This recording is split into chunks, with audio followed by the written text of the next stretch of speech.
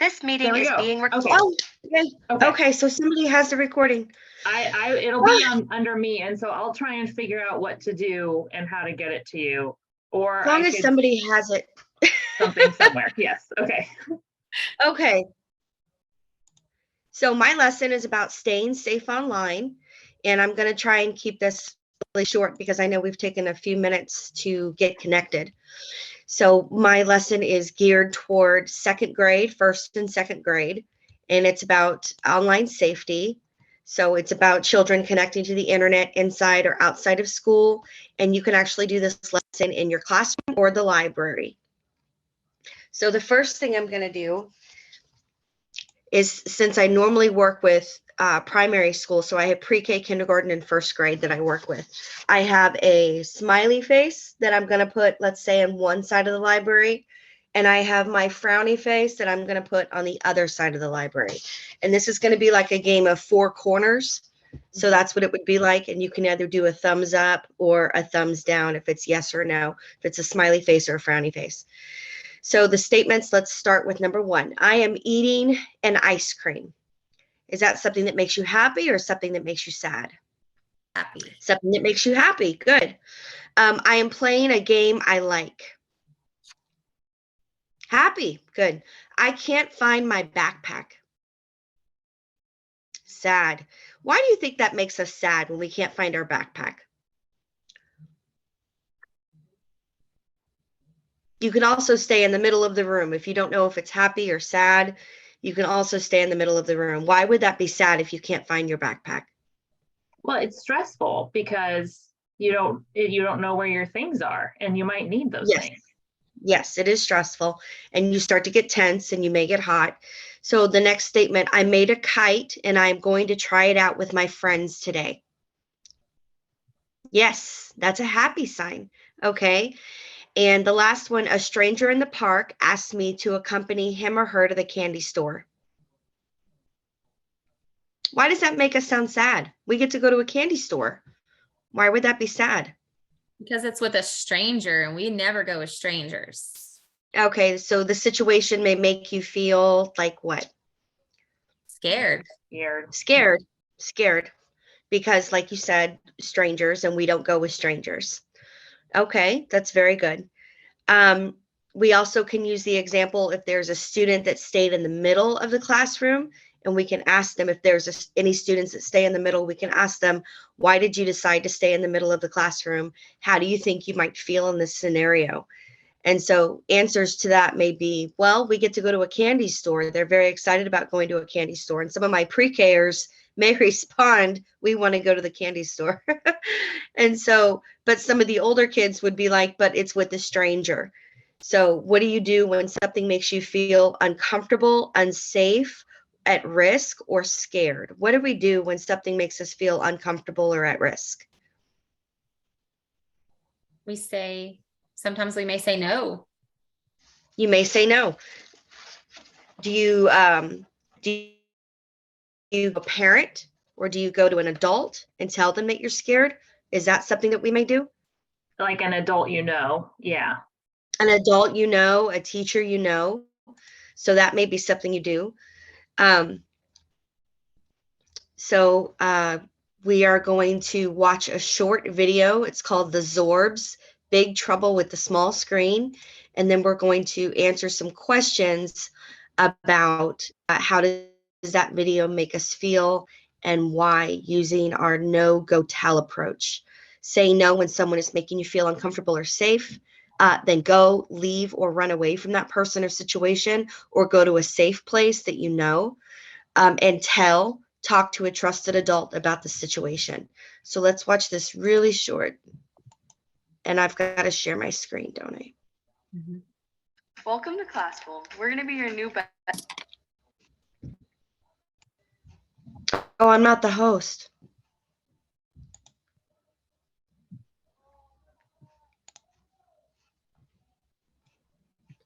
You can't see my screen, can you? Mm-mm. No, okay. Did you send it as part of the email that you sent this morning, or no? Zorbs. I did not, but I can put it in the chat box. Yeah, why don't you do that? And then I can maybe play it on my computer. There we go. Let's try that. Hang on a second.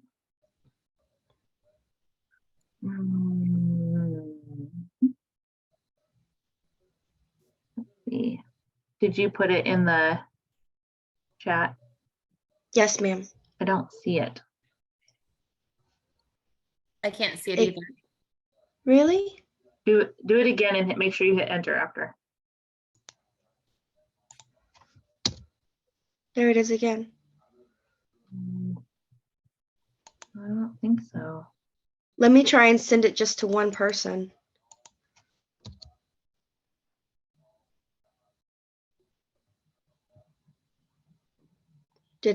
Anne, did you get it? Mm-mm.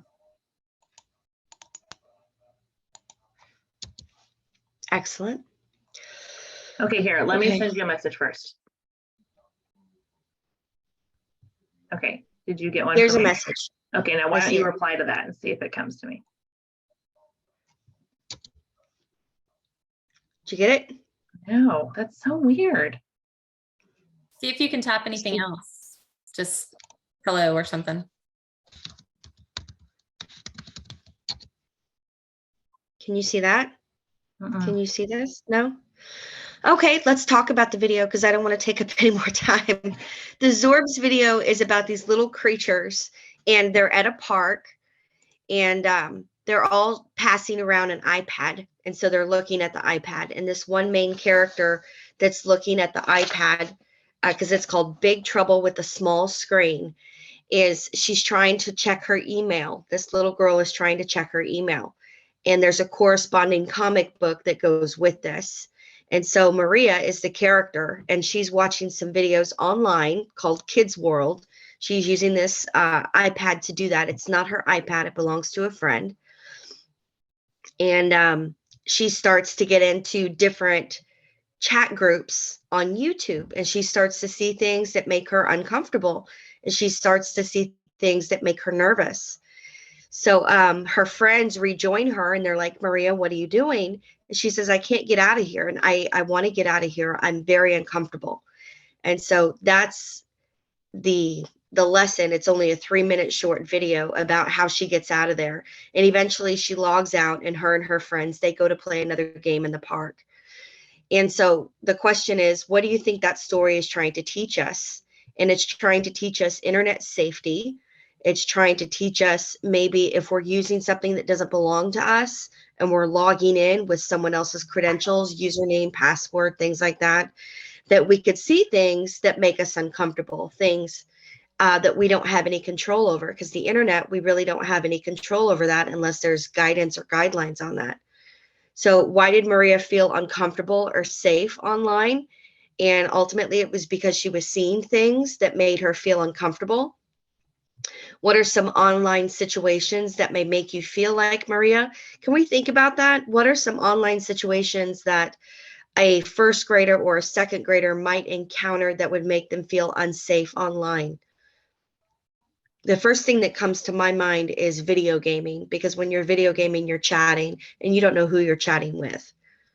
And people I can, play a lot of different video games. Go ahead, Crystal. I'm sorry. oh, I was just gonna say, when people might ask you personal information and Mhm. you know, where you live, things like that, that makes you really uncomfortable because you wonder why they are asking you that.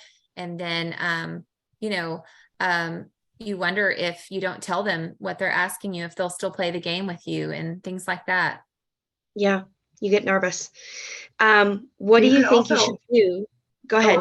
Well, I thought of another one. I was just thinking that they might tell you not to tell your parents. They might be like, oh, you don't need to tell your parents. It's fine, like that kind of thing. And so that would make you feel not good inside because you should tell your parents things. Yes. And you don't know who you're talking to on the other side of the computer. You never really know. I mean, I play these little Dragon War games and things like that. And I know the people that play that are grown men, grown women. And we also play with kids, 9 and 10-year-old kids that play this game as well, because it's a Dragon War game. So you never really know who you're talking to. So you've got to be careful in that respect. So at this point, I would ask you to form small groups. So we would be broken up into small groups in the library. And we would create a line on the floor to show it to the children, and you would provide each child with the following scenarios, or each group with the following scenarios. So Antella is watching some videos in an online video platform called Kids World. It's all about songs and dances for children. How do you think that would make her feel? And do you agree whether that scenario is safe or unsafe? Now, the website again is Kids World, and it's all about songs and dances for children. Is that safe or unsafe? That seems safe. That That's safe. seems safe. It's for kids. Mhm. So, and the next situation that we would go to another small group, Antonio and Carlos are bored. They are playing with Antonio's mother's phone, and they start clicking around online. They end up seeing a video of some adults fighting in a language they do not understand. Is that safe or unsafe? Unsafe. Unsafe. Unsafe. It's not filtered either. It's very unsafe. Jamila is searching for a new game to play online. She follows a series of links, and she finds herself reading some comments in an adult online platform. People use such bad language. Is that safe or unsafe? Unsafe. Unsafe. Unsafe. She's already in a platform and she sees different language that she shouldn't be seeing or reading. The other one, Sarah is playing an online game, and someone who she doesn't know starts sending her aggressive messages through the game's chat channel. Is that safe or unsafe? Unsafe. Unsafe. Unsafe. Is there anyone that thinks differently? Is there anyone in the group that would think differently? No. Okay. So as a class, we would discuss what should we do when we fear we have crossed the safety line and we are in an uncomfortable or an unsafe situation. What could be some key rules to keep us safe online? And the goal here is you would bring out chart paper and you would create a big safety rules online, and you would keep this up in your library or on your classroom. So when the kids were on their Chromebooks or on their iPads, or if you have desktop computers in your room, these are the rules that they would follow. And so the children would work together to create and share their own rules, making some notes on this chart paper. You could also use Blackboard for this. You could use Flipchart for this. So this would apply to many different grades. If all the kids already had their computers, they could respond in a Kahoot kind of thing where they could just type in the answer and it would pop up on the big screen that the teacher had. So you can see where different people would be responding in the classroom. For the smaller kids, though, you would be writing it just like you would write a social contract, maybe at the beginning of the year, like how we're going to treat each other. This is the guidance box. So this would be basic rules for online safety. So one of those rules might be, I will discuss with my parents the rules for going online. Or in this case, you can replace parents with teacher. I will discuss the rules with my teacher for going online. I will always think carefully before clicking on online content. I should not click on any online content that I feel uncomfortable or unsafe about. Same thing, you would stop watching a program that you would feel uncomfortable or unsafe about, and you will not share, one of y'all mentioned earlier, sharing personal information, such as my name, address, or phone number without your parents' permission. They may ask things like that, or like I think Anne said, they may tell you, don't tell your parents about this kind of thing. So I will not make friends online with people I do not know. So as a class, you would make these rules for online safety. The kids would be in small groups, and you would ask them to come up with 1 or 2 rules per group to add to this list. And those were examples of some of the groups we could come up with. The extension activity.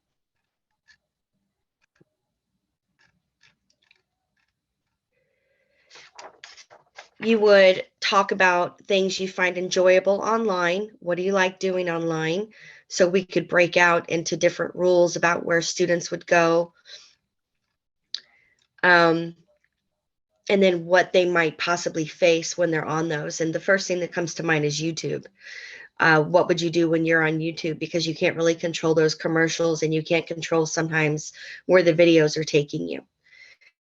So at this point, I would give each child a Post-it note in my class. Every single person in the group have a Post-it note, and I would ask them to write at least one thing they learned today from the lesson. So if you have a piece of paper or on the back of one piece of paper, could I have you write for just a minute one thing you learned about online safety? I'll give you about 1 minute to do that. It could be a word, it could be a phrase.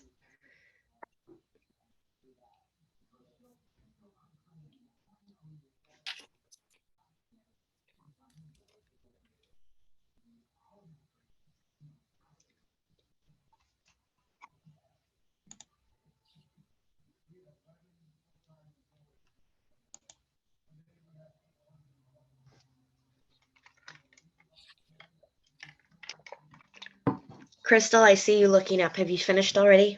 Yes, ma'am. What did you learn? Never give out. Never give out personal information. Okay, that's great. That's good. And what about you? I wrote that you should ask an adult you know for help. I like your paper too. That's very colorful. Ask an adult you know for help. Melissa, what have you got? If I feel uncomfortable to go, leave and tell an adult. Okay, that's perfect. There's another extension activity that you could do at home with your kids. And it may be that some kids don't want to talk about a scenario because they feel ashamed of what they have seen. So kids may feel uncomfortable, like you had said, and so they may not want to talk to an adult and they may go to another student or someone in class. So you could bring that up to your group of students. That would be something that they may bring up, that they talk to another student instead of another adult. And you're also worried if you do tell another friend or a student that they may tattletale to that adult, or they may go to that adult for you in that place. So you can talk about safety online, reaching out to your friends, reaching out to an older adult, just sharing what you have learned. Sometimes it's hard to verbalize something, so they could possibly write it down, or they could express it to a friend and that friend could come to you and it wouldn't be considered tattletelling or anything like that. So going to a trusted adult if you need it. And that's all, guys, the online safety lesson. Thank you so much. Okay, I'm going to stop this recording.